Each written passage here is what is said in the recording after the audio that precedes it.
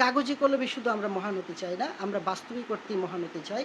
আমরা সমাজ সংস্কারক হতে চাই। আমাদের শিক্ষার আলো সারা দেশব্যাপী ছড়িয়ে দিতে চাই। আজ ৫ অক্টোবর বিশ্ব শিক্ষক দিবস। শিক্ষক সমাজ ও সভ্যতা গঠনের প্রধান কারিগর। তারা শুধু জ্ঞান বিতরণ করেন না, বরং তরুণ প্রজন্মকে অনুপ্রেরণা যোগান, স্বপ্ন দেখতে শেখান এবং ভবিষ্যতের জন্য প্রস্তুত করে তোলেন। ১৯৯৪ সালে জাতিসংঘের শিক্ষা, বিজ্ঞান ও সংস্কৃতি সংস্থা ইউনেস্কো ৫ অক্টোবরকে ঘোষণা করে বিশ্ব শিক্ষক দিবস হিসেবে। তখন থেকেই প্রতি বছর এই দিনটি বিশ্বব্যাপী পালিত হয়ে আসছে শিক্ষকদের প্রতি শ্রদ্ধা, সম্মান ও কৃতজ্ঞতা প্রকাশের উদ্দেশ্যে। শিক্ষাক্ষেত্রে তাদের অসামান্য অবদানকে স্মরণ করার এটি এক মহৎ দিন।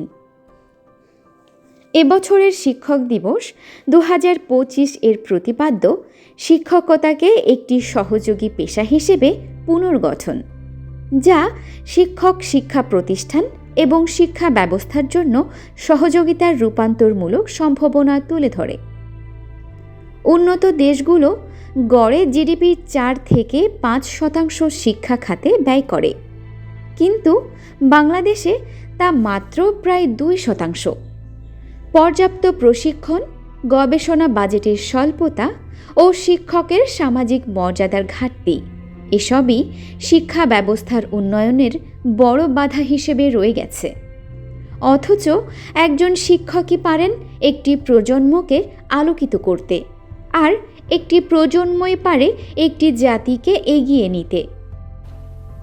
আজ শিক্ষক দিবসে আমি প্রিয় সহকর্মীদের উদ্দেশ্যে বলবো, এই শুধু একজন শিক্ষকই এই শ্রেণীকক্ষের বা শিক্ষার্থীদের সম্পূর্ণ কিছু নির্ভর করে না। একজন শিক্ষকের উপর শিক্ষকরাই হলেন সবে সম্মিলিতভাবে একটা কাজ করা, এবং শিক্ষকদের নিয়েই আমরা উন্নয়ন করি। শিক্ষক দিবসে শিক্ষার্থীরা আমাদের সম্মান জানানোর জন্য এই শিক্ষক দিবসের আয়োজন করে, কিন্তু আসলে শিক্ষকদের সম্মান জানানোর সম্পূর্ণ নয়, শিক্ষার্থীদের নিয়েই আমাদের সব কিছু। শিক্ষার্থী রইল আমাদের প্রাণ। শিক্ষার্থীদের শ্রেণীকক্ষে আমরা যে পাঠদান করি, ভবিষ্যৎ নিয়ে তাদের যখন একজন শিক্ষার্থী উন্নয়ন সাধন করে, অথবা এই যে আমাদের অনেক ছাত্রছাত্রীরা আছে, কেউ ডাক্তার, কেউ ইঞ্জিনিয়ার, কেউ বিভিন্ন পেশায় নিয়োজিত আছে। যেমন অনেক ছাত্র আমারই অনেক ছাত্র আছে, যেমন এই উচ্চশিক্ষার জন্য লন্ডন, আমেরিকা, কানাডা গিয়েছে। তাদের জন্য আমাদের মন গর্বে ভরে ওঠে। ছাত্রছাত্রীরা যখন উচ্চশিখরে পৌঁছে বা বড় একটা পোস্টে অবস্থান করে, তখন আমাদের শিক্ষকদের মন গর্বে ভরে ওঠে। এটাই আমাদের শিক্ষক জীবনের প্রাপ্য। একটা সময় ছিল শিক্ষকতা পেশা ছিল সর্বজন স্বীকৃত, কিন্তু সময়ের আবর্তনে এখন সেই পেশাটি হয়ে গেছে বিকৃত, এবং সেটির দায় কিন্তু এই রাষ্ট্রকেই নিতে হবে। সেটির দায় নিতে হবে কলুষিত, দূষিত এই রাজনৈতিক সংস্কৃতিকে। শিক্ষকরা নানাবিধ কারণে সমাজ থেকে পিছিয়ে আছে। সবথেকে বড় বিষয় হচ্ছে যে শিক্ষকরা তাদের সেই যথোপযুক্ত সম্মান পাচ্ছে না, এবং আর্থিক যে বিষয় সেই ক্ষেত্রে অন্যান্য চাকরির তুলনায় দারুণভাবে তারা পিছিয়ে আছে।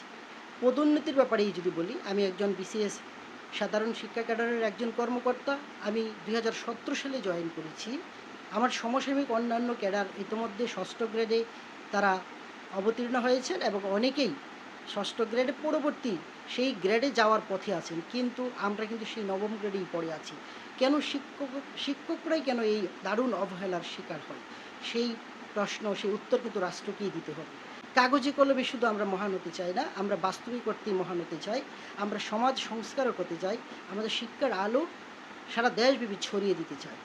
স্বামী বিবেকানন্দ বলেছেন, শিক্ষককে শিক্ষক হচ্ছে সেই ব্যক্তি যে নিজে জেগে অন্যকে জাগিয়ে তোলে। এই যে শিক্ষকতা একটা মহান পেশা, সেটাকে রাষ্ট্রের দায়িত্ব নিতে হবে যে শিক্ষকতা পেশায় যাতে সবাই আকৃষ্ট হয়। আসসালামু আলাইকুম রহমতুল্লাহি বারাকাতু। মহান শিক্ষক দিবসে সকল শিক্ষকদেরকে শ্রদ্ধার সাথে স্মরণ করছি এবং তাদের কৃতজ্ঞতা জ্ঞাপন করছি।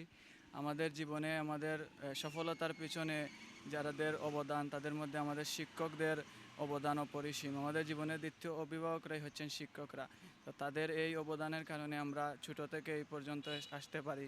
শিক্ষকরা আমাদের শুধু জ্ঞান শিক্ষা দেন না, তারা নৈতিক এবং যার দায়িত্ব আছে আমাদেরকে সমাজে চলতে গেলে, আদর্শ ব্যক্তি হতে গেলে যে সকল জ্ঞান আমাদেরকে শিক্ষা দেন, তাদের এই অবদান আমাদের জন্য অপরিসীম এবং তাদের এই অবদানের কারণে আজকে আমরা এই পর্যন্ত আসতে পেরেছি।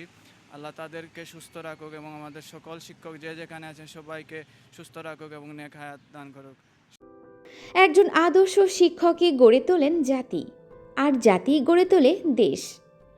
তাদের জ্ঞান, আদর্শ, নৈতিকতা ও ত্যাগেই আলোকিত হয় মানব সভ্যতা, উজ্জ্বল হয় আমাদের ভবিষ্যৎ।